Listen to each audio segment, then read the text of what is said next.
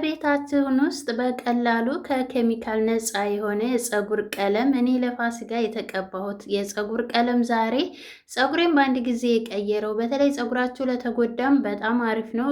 ለፀጉር ቀለም ብቻ ሳይሆን ለፀጉር እድገትም መፋፋትም ብዛትም በጣም ምርጥ ነው። ተጠቀሙ። ሰላም ውዶቼ፣ እንዴት ናቸው? እኔ ያለው እግዚአብሔር ይመስገን ደህና ነኝ። እንኳን አደረሳችሁ ለብርሃነ ትንሣኤው በሰላም በጤና ለዚህ ያደረሰን አምላክ ስሙ ይክበር ይመስገን። እንግዲህ ሰሞኑን ጠፍቻለሁኝ። ዛሬ እንግዲህ በበዓሉ ከች ብያለሁኝ። እዚህ ጋር በምታዩት መልኩ ፀጉሬን በምታዩት መልኩ በጣም ነው በአንድ ጊዜ የሚቀይርላችሁ። በተለይ ፀጉራችሁ በጣም ለተጎዳባችሁም ለልስላሴ፣ ለፀጉር እድገትም መፋፋትም በጣም ምርጥ ነው። ይሄ ግብአት ከዚህ በፊት ራሱ በተደጋጋሚ ሰርችላችሁ ለየት ባለ በጣም ነው የወደዳችሁ። ፀጉሬ በጣም ነው ያሳመረልኝ እንዲሁም ደግሞ ያሳደገልኝ ብላችሁ ኮሜንት ላይ ብዙዎቻችሁ ጽፋችሁልኛል። በጣም ነው የማመሰግነው። እዚህ ጋር በመጀመሪያ ደረጃ እኔ ቀይ ስር ነው የምጠቀመው። ቀይ ስር ከሌላችሁ ከርከዴ መጠቀም ትችላላችሁ፣ አበባ። እሱን ደግሞ አሳያቸዋለሁ ቪዲዮ ላይ እዚሁም ላይ ጨምርበታለሁ። እና ከዛ በኋላ 2 ራስ ተጠቅሜያለሁ። እኔ የሚበቃኝን ያህል ነው የተጠቀምኩት። እንደ ፀጉራችሁ እድገትና ብዛትና ማነስ ብትሰሩት በጣም አሪፍ ነው። ፀጉራችሁ ያው እኔ የፀጉሬ ብዛት ስላለው በዛ አድርጌ ነው የምሰራው እና 2 ራስ ቀይ ስር ተጠቅሜያለሁ። ነገር ግን ሁሉንም አልተጠቀምኩትም። በምታዩት መልኩ በመጀመሪያ ስላጠብኩት ልልጠው ነበረ። ነገር ግን አላጥኩትም፣ ምክንያቱም እስከ ቅርፊቱ አደረግኩት። የተበላሸበትን ቦታ ብቻ ልጬ ከዛ በኋላ እንደዚህ እንከትፈዋለን በደንብ አድርገን። ከተፍ አድርጋችሁ እናንተ መፍጨትም ትችላላችሁ፣ ፈይታችሁ ወይም ደግሞ መፈቅፈቅ ትችላላችሁ። እኔ ግን ጊዜ እንዳይፈጅብኝ በእንደዚህ አይነት መልኩ ነው እየሰራሁት ያለው። በደንብ አድርገን ደቂቃ አድርገን ብንከትፈውም በጣም አሪፍ ነው። ወይም ደግሞ ድፍኑን ራሱ ሰርታችሁት ሌላ ግብአት ስለምጨምርበት እንጂ ካልጨመራችሁበት ይህንን ውሃውን ወስዳችሁ ከዛ በኋላ ለሰላጣነትን መጠቀም ትችላላችሁ። ነገር ግን ሌሎች ግብአት ስለምጨምርበት አንጠቀሙም። ከዛ በኋላ ይህንን እንከትፈውና እናዘጋጃለን። ከዛ ሌሎችን ለፀጉራችንም እድገት እንዲሁም ደግሞ የፀጉራችንን ውበት የሚያሳምር ልንን እዚህ ጋር ግብአት እጠቀማለሁ። እዚህ ጋር በምታዩት መልኩ ቁርንፍድ እጠቀማለሁ። ቁርንፍድ ፀጉራችንን ያሳምርልናል፣ ያሳድግልናል፣ ያፋፋልናል። እንዲሁም ደግሞ ፎረፎር ካለባችሁ እሱንም ያስወግድላችኋል። እዚህ ጋር ሌላው ግብአቴ ደግሞ ሻይ ቅጠል፣ ጥቁሩ ሻይ ቅጠል ቀዩ ማለት ነው። እሱን ተጠቅሜ ያለውኝ 1 ማንኪያ። ከዛም በላይ መጠቀም ትችላላችሁ። እንዳልኳችሁ የፀጉራችሁ ብዛትና ማነስ ይወስነዋል። እዚህ ጋር ደግሞ ሌላኛው ግብአቴ ከርከዴ፣ ቅድም ያልኳችሁ የከርከዴ አበባ። ይሄ ካላችሁ ቀይ ስር ብዙዎቻችሁ ስለጻፈችሁልኝ ነው። ቀይ ስራን እኛ ጋር አይመጣም አላገኝም ያላችሁኝ ስላላችሁ ማለት ነው። እና ይሄ አበባ በእርግጠኝነት በየቤቱ ይኖራል። ምናልባት ላታውቁ ትችላላችሁ። ታላወቃችሁ ፎቶውን ከርከዴ ብላችሁ ሰርች አድርጋችሁ ፎቶውን አሳያቸው።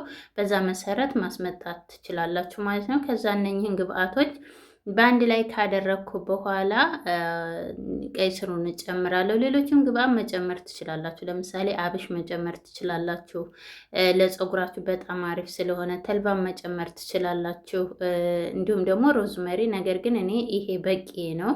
ሌላም ግብአት መጨረሻ ላይ ስለምጨምርበት ይበቃኛል ማለት ነው። እና ይሄንን ሁሉንም በአንድ ላይ ካደረግኩት በኋላ እዚህ ጋር የሞቀ ውሃ አለኝ ጨምርበታለሁ። እንደሚበቃችሁ መጠን ብታረጉት አሪፍ ነው። እኔ ስሰራ ያው ውሃው ተርፎኛል በጣም ብዙ ስለነበረ ማለት ነው። ከዛ በምታዩት መልኩ እሳቱን ዝቅተኛ አድርጋችሁ በደንብ አድርጎ ይንተክተክ ማለት ነው። እንዲንተከተክ እስከሚፈላ ድረስ እንተዋለን። ቢያንስ ለ10 ደቂቃ ያህል ሄድ መጣ እያላችሁ ግን አማስሉት። ምክንያቱም ደቃቅ ሻይ ቅጠልም ስላለ እንዲቀላቀልላችሁም እንደዚህ ብታማስሉትም አይጠላም ማለት ነው። በጣም አሪፍ ነው የሚሆንላችሁ።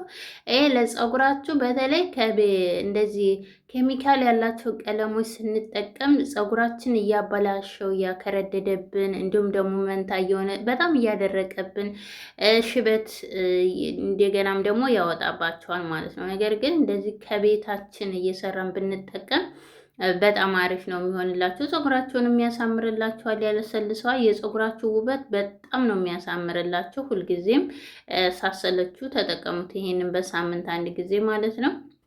ፀጉራችሁን ይህንን ለፀጉር ቀለም ብቻ ሳይሆን ለፀጉር እድገት በጣም አሪፍ ነው። ከዛ በኋላ በምታዩት መልኩ በደንብ እየተንተከተከ ነው። ቢያንስ ለ10 ደቂቃ ተዉት እሳት ላይ። እንደ እሳታችሁ መጠን የሽንኩርት ልጣጭ ራሱ ብትጨምሩበት አሪፍ ነው ለፀጉራችሁ እድገት ምርጥ ስለሆነ። ከዛ በኋላ እንደዚህ መሰል መሰል አድርገዋለሁ ወደ ላይ እንዳይገነፍልብን። በምታዩት መልኩ ከረሩ በጣም ነው የሚያምረው።